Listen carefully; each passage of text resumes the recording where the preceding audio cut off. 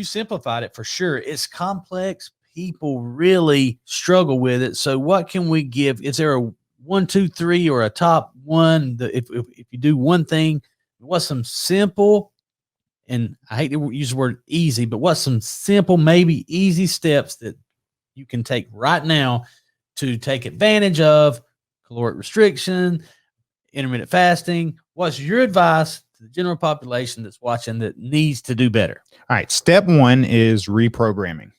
And it was reprogramming for me, because when I first heard about fasting and when I first heard about caloric restriction, I immediately shut it down, because we all think we know more than we really do most of the time. And I was like, nope, not going to read it, not going to listen to it, not going to talk about it. I was like, you need to eat small meals a day. Yes, you need to eat less. You need healthy stuff, but this is the way. This is the only way. So step one is be willing to listen. And thankfully, if you're still with us, that means you have that mindset already.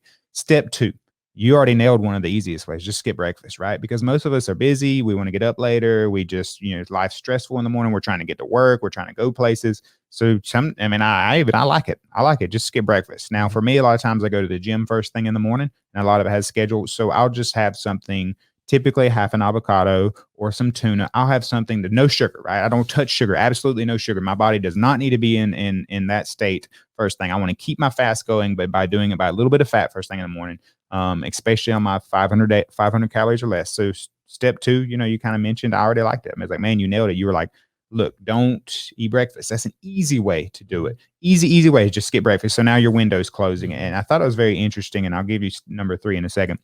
Somebody got on there, and again, we're not talking about type 1 diabetes. That's a whole different conversation based off of the way the body responds to ketones and the way insulin works and the destruction of insulin producing cells from the pancreas. So that's a whole different conversation. But somebody got on there, and I believe they were type 2 diabetic, and I'm not telling them their doctor's evil. I'm not telling them they're wrong. And they mentioned, well, I have to eat with my medicine. Do you know one of the most popular type 2 diabetes medicines is known as, let me think on it in a second, and I'll come back to it. I'm blanking on it. That's okay. It's very popular, and what it does is, this is fascinating to me. You know what the medicine actually does? It mimics fasting. The body thinks you're fasting. Yeah. That's what the medication does. It tells you that your body's fasting. Yeah. I'm like, why not just fast instead of taking the medicine? I did not want to engage. I know exactly the comment you're talking about. I didn't want to engage because I didn't want to start a comment. You can't win any, you can't change anybody's mind by arguing with them. So I think I just simply said, follow your doctor's orders, right? And which is by all means. Absolutely. But most type 2 diabetes, I think all type 2 diabetes can be cured with intermittent fasting. No, we're on it there. Actually, this is fascinating too, and I challenge you, if you're a type 2 diabetic and you're listening. Actually, all of us need to listen to it. There's a nephrologist, right? So it's not Billy, it's not Colby talking to you. There's a nephrologist named Jason Fung. You can find him on YouTube, and all a nephrologist is, they deal with the kidneys, right? And kidneys have a lot to do with the health of our body. He sees tons and tons of diabetic patients. You know what he preaches? Intermittent fasting. Yeah. He preaches it. He says, I can cure you. I can fix it. And I'm not saying it's for everybody. And I'm not saying it's a be all tell all, but why not, at least with your doctor's permission and with the guidance of your doctor, ask and talk to him and have those honest conversations. Doc, I'm struggling. I'm tired of taking insulin. Go back again to somebody who's addicted to drugs. Our bodies become addicted to that insulin and they can't use it. And so someone who's type 2 diabetic, if they fast and they don't eat, that blood sugar gets down and they feel bad and they feel terrible. And what is the easy fix? Give them insulin. Give them the very thing that they're insensitive to. Give them more of it. Now, what does their body become? More insensitive to it. And now all we're doing is we're creating a cascade for these poor people. And instead of having an honest conversation and say, why don't we just restrict the amount of sugar you're getting? And an easy way to do it is through fasting.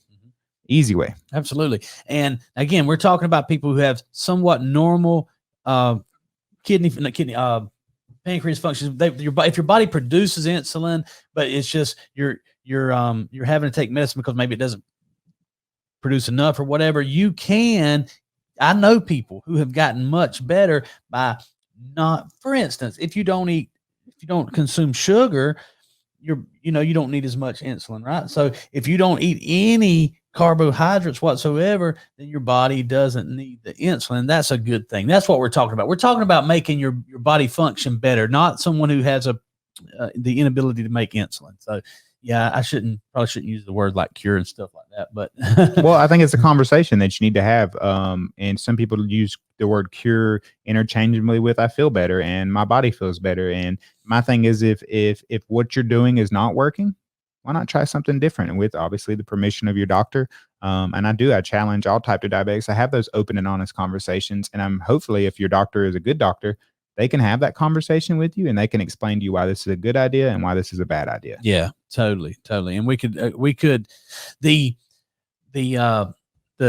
diet, the intermittent fasting, these things are very complicated, but what Colby's giving you is some very simple steps. Just consider that you may not know everything. First of all, consider skipping breakfast and just replacing some of your bad foods with good foods. One thing, even with I'm 46 now, with working out, one thing that I've started doing, man, is I've quit trying to be Superman, and I try to my goal is to not be sore tomorrow, right? So I'm building my body up instead of tearing it down. I think that that slow, long approach, which I've always struggled with, is the best approach. We're talking about doing something where I can still do something tomorrow and the next day and the next day. And, considering what your priorities are, writing them down, getting with somebody smart and getting some good advice, some good information is very, very important.